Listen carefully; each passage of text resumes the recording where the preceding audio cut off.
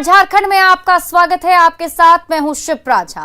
गोड्डा में स्वास्थ्य विभाग की बड़ी लापरवाही सामने आई है। एक ही दिन में एक महिला को जबरन कोरोना के 2 टीके लगा दिए गए। फिलहाल महिला को किसी तरह की कोई परेशानी नहीं हो रही है, लेकिन इस बड़ी लापरवाही पर स्वास्थ्य विभाग ने चुप्पी साध ली है। हाथ में वैक्सीन पड़ा है, दर्द दे रहा है, लेकिन वो नहीं कुछ सुन। गोड्डा के देवदार में एक महिला कोरोना टीका की पहली डोज लेने गई थी। टीका लेने के बाद उसे ऑब्जर्वेशन रूम में रखा गया था, लेकिन कुछ देर के बाद उसे फिर से बुलाया गया और टीका लेने के लिए कहा गया। महिला ने बताया कि उन्होंने टीका कुछ देर पहले ही लिया है, बावजूद इसके एएनएम ने जबरन टीका लगा दिया। 2 वैक्सीन दे दिया। हम बोल रहे हैं उसको, जो मेरा यहाँ हाथ में वैक्सीन पड़ा है, दर्द दे रहा है, लेकिन वो नहीं कुछ सुन। वैक्सीन कहाँ पे लिए थे? देवदार में। एएनएम का नाम जानते हैं? नीलम। वैक्सीनेशन सेंटर से बाहर आने के बाद महिला ने इसकी जानकारी अपने पति को दी। हालांकि महिला की स्थिति बिल्कुल ठीक है, लेकिन परिवार के लोगों में डर बना हुआ है। साथ में हम ये लोग लेडीज का अंदर था, हम बाहर खड़े थे। कितना बजे लमसम? लमसम 2:30 बजे। हैरानी की बात यह है कि जब गांव के मुखिया को इस घटना की जानकारी दी गई, तो उन्होंने कहा कि कोई बात नहीं, अच्छे से खाओ पियो, दिक्कत नहीं होगी। मुखिया जी को बोला आप? हम लोग बोले। मुखिया जी क्या बोला? बोला कुछ नहीं होगा। वो बोला खाना वाना ठीक से खाना, बेटा कुछ नहीं होगा। क्या बोला? खाना वाना ठीक से खाना, कुछ नहीं होगा। बहरहाल अब सवाल उठता है कि आखिर महिला की जान के साथ खिलवाड़ क्यों किया गया? क्या लापरवाह एएनएम पर कार्रवाई होगी? फिलहाल पूरे मामले को दबाने की कोशिश की जा रही है। स्वास्थ्य विभाग चुप्पी साधे बैठा है। न्यूज़ 18 के लिए गोड्डा से गौरव की रिपोर्ट। झारखंड में वीकेंड लॉकडाउन के दौरान राज्य भर में दुकानें बंद रहीं, सड़कों पर सन्नाटा पसरा रहा। हालांकि इस दौरान दिहाड़ी मजदूर और बाहर से आने वालों को थोड़ी परेशानी का सामना जरूर करना पड़ा। झारखंड में कोरोना के मामले भले ही कम हो रहे हैं, बावजूद सरकार अलर्ट पर है। वहीं लोग भी सतर्क हैं।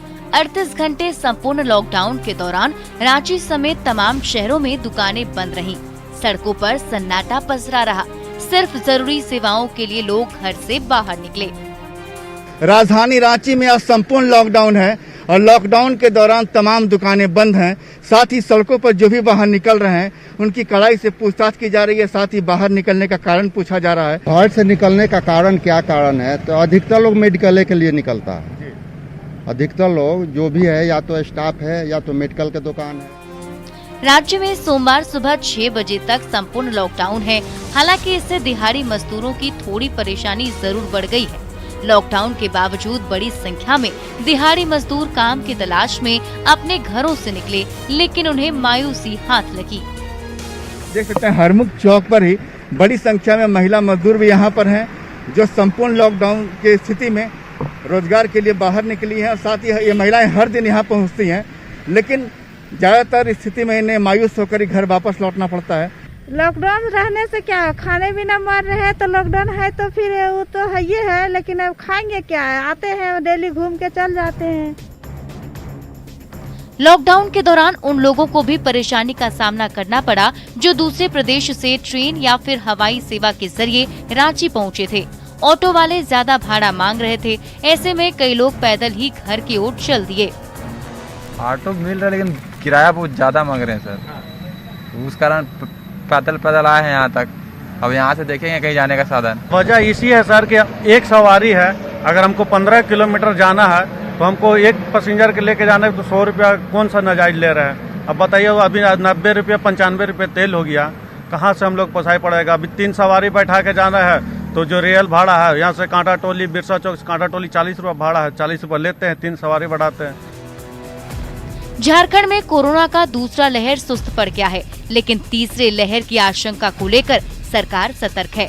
लिहाजा थोड़ी सी भी लापरवाही नहीं बरतना चाहती है। यही वजह है कि झारखंड में संक्रमण कम होने के बाद भी स्वास्थ्य सुरक्षा सप्ताह जारी है। साथ ही वीकेंड लॉकडाउन लगाया गया है। न्यूज़ 18 के लिए रांची से संजय सिन्हा और ओम प्रकाश की रिपोर्ट। और दिल्ली से लौटे वित्त मंत्री रामेश्वर उरांव ने अपनी 5 दिवसीय यात्रा को निजी बताया। उन्होंने कहा कि मुख्यमंत्री के साथ जाने की वजह से गलत अफवाह उड़ी और लोगों ने इसका सियासी मकसद निकालना शुरू कर दिया। 12वें मंत्री पद पर पूछे गए सवाल पर वित्त मंत्री ने कहा कि ये मुख्यमंत्री का विशेषाधिकार है और उन्हें ही इस पर फैसला लेना है। हालांकि उन्होंने ये जरूर कहा कि दिल्ली में संगठन की ओर से मिला टास्क उनकी प्राथमिकता है। राज्य में खादी बोर्ड और निगम में खाली पदों को भरने के सवाल पर उन्होंने कहा कि कोरोना की वजह से इन सभी जगहों पर नियुक्ति नहीं हो पाई है। कैबिनेट का पद खाली है, लेकिन कैबिनेट गठन का काम पूरी जिम्मेवारी मुख्यमंत्री की होती है, उनका प्रेरोगेटिव है, वो निर्णय लेंगे। जहाँ तक कांग्रेस की बात है तो हम एक पार्टी चलाते हैं, राजनीतिक पार्टी के हैं, तो हम दावा करते हैं कि जो खाली रिक्त पद है हमको दे दीजिए, लेकिन निर्णय तो मुख्यमंत्री को लेना है ना। और आर्चरी महिला टीम का सपना टूट गया है। ओलंपिक से पहले आर्चरी रिकर्व महिला टीम को ये बड़ा झटका लगा है। वर्ल्ड कप में आर्चरी रिकर्व महिला टीम की हार हो गई। पेरिस वर्ल्ड कप के क्वार्टर फाइनल में कोलंबिया से हार मिली है। टोक्यो ओलंपिक का टिकट नहीं मिला है। रिकर्व महिला टीम को ओलंपिक का टिकट नहीं दिया गया है। व्यक्तिगत स्पर्धा में दीपिका को पहले ही टिकट मिला है।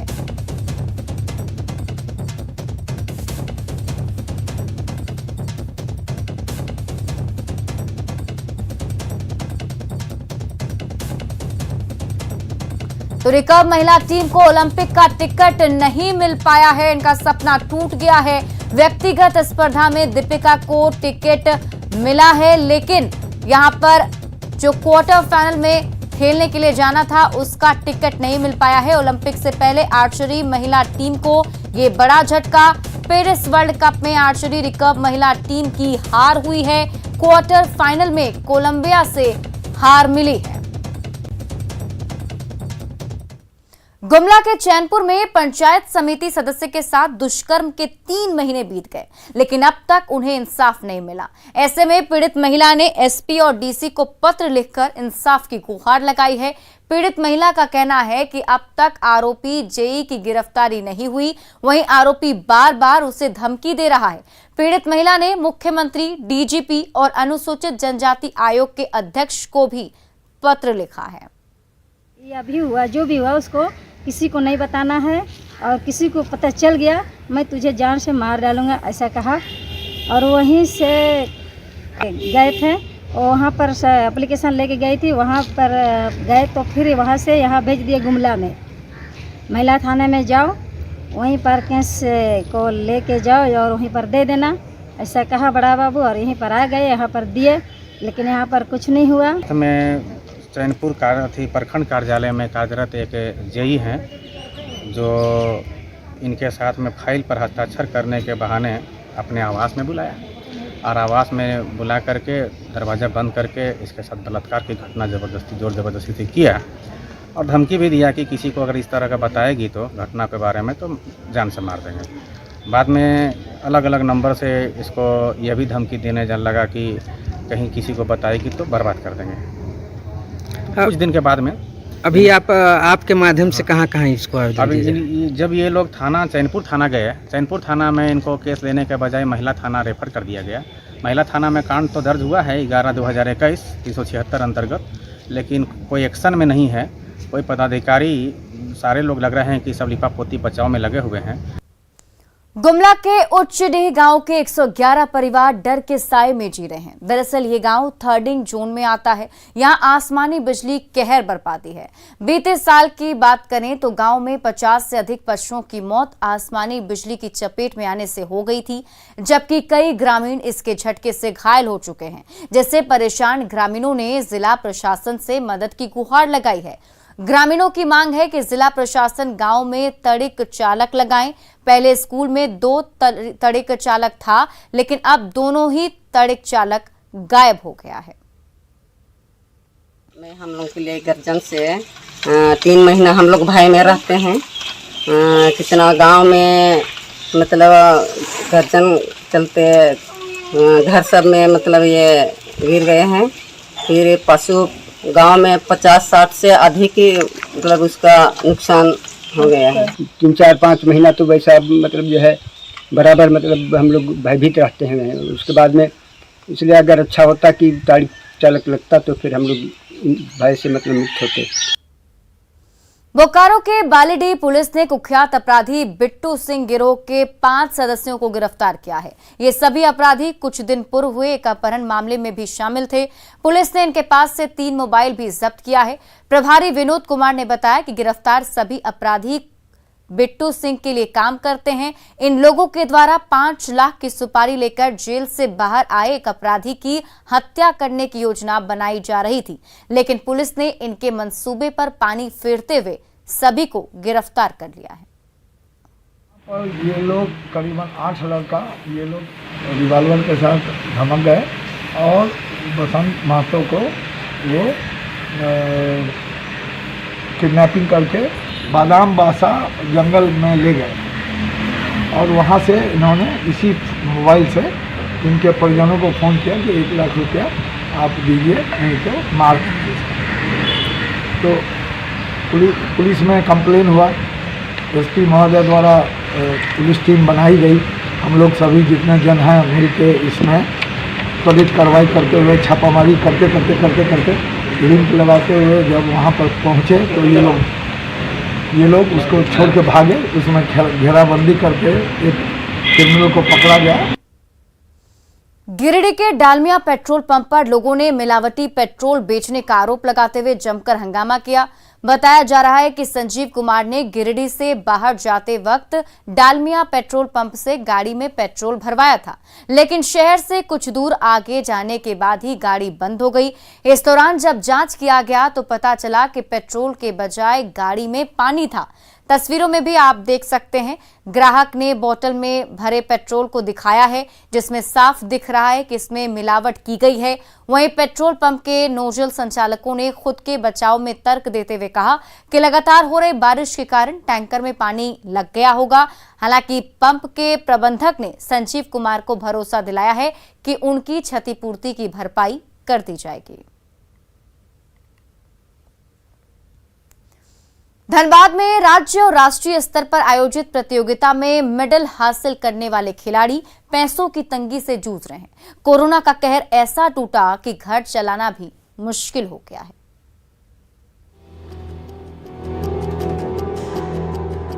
इनसे मिलिए, ये है विशाल पंडित, जो कि अंतर्राष्ट्रीय ताइक्वांडो के खिलाड़ी हैं। इन्होंने देश के लिए गोल्ड, सिल्वर और ब्रॉन्ज मेडल जीतकर देश का नाम रोशन किया है। लेकिन देश का नाम रोशन करने वाले इस होनहार लाल की जिंदगी अंधेरों में कट रही है। दरअसल विशाल का चयन 4 बार अंतर्राष्ट्रीय स्तर पर होने वाली कोरियो मार्शल आर्ट की ताइक्वांडो प्रतियोगिता में हुआ था, लेकिन अफसोस कि वो प्रतियोगिता में शामिल नहीं हो पाए। वजह थी गरीबी और सरकारी उदासीनता। स्टेट में मेडल, फिर नेशनल में मेडल आया। इंटरनेशनल के लिए भी हम लगभग 4-5 बार चयनित हो चुके हैं, लेकिन आर्थिक स्थिति खराब होने के कारण इंटरनेशनल चैंपियनशिप में पार्टिसिपेट नहीं कर पाए। हमारा एशियन गेम में भी, एशियन चैंपियनशिप में भी पार्टिसिपेशन के लिए चयनित हो चुके थे, लेकिन आर्थिक स्थिति ठीक न होने के कारण हम बाहर नहीं जा पाए। 2013 में एक चैंपियनशिप के दौरान विशाल के दाहिने हाथ में चोट लगी थी, जिससे उनका एक हाथ काम करना बंद कर दिया था। लेकिन विशाल ने कभी हार नहीं मानी। विशाल ने पारा ताइक्वांडो में कोशिश की। पारा ताइक्वांडो के लिए अंतर्राष्ट्रीय स्तर पर होने वाली प्रतिस्पर्धा में विशाल का चयन हुआ। अमेरिका, जॉर्डन, इजिप्ट और भारत के बीच होने वाली इस प्रतिस्पर्धा में विशाल को शामिल होना था, लेकिन पैसों के कारण वो शामिल नहीं हो पाए। आर्थिक तंगी से जूझ रहे विशाल ने हिम्मत नहीं हारी। उन्होंने लड़कियों को मार्शल आर्ट और ताइक्वांडो की ट्रेनिंग देना शुरू कर दिया, लेकिन कोरोना की ऐसी मार पड़ी कि लॉकडाउन में ट्रेनिंग क्लासेस भी बंद हैं, जिससे घर की स्थिति दयनीय हो गई। पिता दिहाड़ी मजदूरी का काम करते थे, लेकिन एक दुर्घटना में पैरों में चोट लगने के कारण बेरोजगार हैं। इनकी जो हालत है वो दर दर भटकने वाली स्थिति है। संपन्न गुण से हैं भरपूर, अंतर्राष्ट्रीय स्तर पर भी जा सकते थे, ख्याति प्राप्त कर सकते थे, भारत का नाम रोशन कर सकते थे। गरीबी और सरकार की नाकामी और सरकार इनके प्रति जो अभी तक सहयोग नहीं किया, जिनके कारण आज एक प्रतिभावान खिलाड़ी को उन्होंने सरकार ने खोने का काम किया है। भारत में आज भी हर खेल की स्थिति अच्छी नहीं है। क्रिकेट, टेनिस जैसे कुछ खेलों को छोड़ दिया जाए तो आज भी देश की यही स्थिति है कि कोई खिलाड़ी किसी अंतर्राष्ट्रीय टूर्नामेंट में गोल्ड मेडल जीत लेने के बाद भी यह निश्चित नहीं कर सकता कि वह भूखे नहीं मरेगा। देश के नाम कई मेडल जीतने वाले इस होनहार लाल को भी मदद की आस है। न्यूज़ 18 के लिए धनबाद से संजय गुप्ता की रिपोर्ट। पूर्व मध्य रेलवे के आरपीएफ के उप मुख्य सुरक्षा आयुक्त मोहम्मद शाकिब के रांची आवास पर नाबालिग आदिवासी लड़की के साथ यौन शोषण का मामला में सीडब्ल्यूसी के सामने पीड़ित ने अपना आज बयान दर्ज कराया। पीड़ित ने आरपीएफ अधिकारी मोहम्मद साकिब से उनकी पत्नी और उनके घर पर तैनात एक सिपाही पर कई गंभीर आरोप लगाए हैं। पीड़िता के बयान पर पुलिस ने चुटिया थाने पर प्राथमिकी दर्ज कर ली है। सिटी एसपी ने बताया कि फिलहाल पूरे मामले की जांच की जा रही है और आगे की कानूनी कार्रवाई भी की जाएगी। चुटिया थाना अंतर्गत यह मामला प्रकाश में आया, जिसमें एक बच्ची है जिसमें कि यह बात प्रकाश में आई कि उनके साथ बाल श्रम और छेड़खानी की बात प्रकाश में आई थी, जिसको लेकर के चुटिया थाना अंतर्गत एक कांड भी दर्ज किया गया है और उसमें अभी हम लोग ने पीड़िता का फर्द बयान करा लिया है और उसी के आधार पर हम लोगों ने केस जो है इंस्टीट्यूट किया हुआ है। और चलिए अब देखते हैं झारखंड 2020।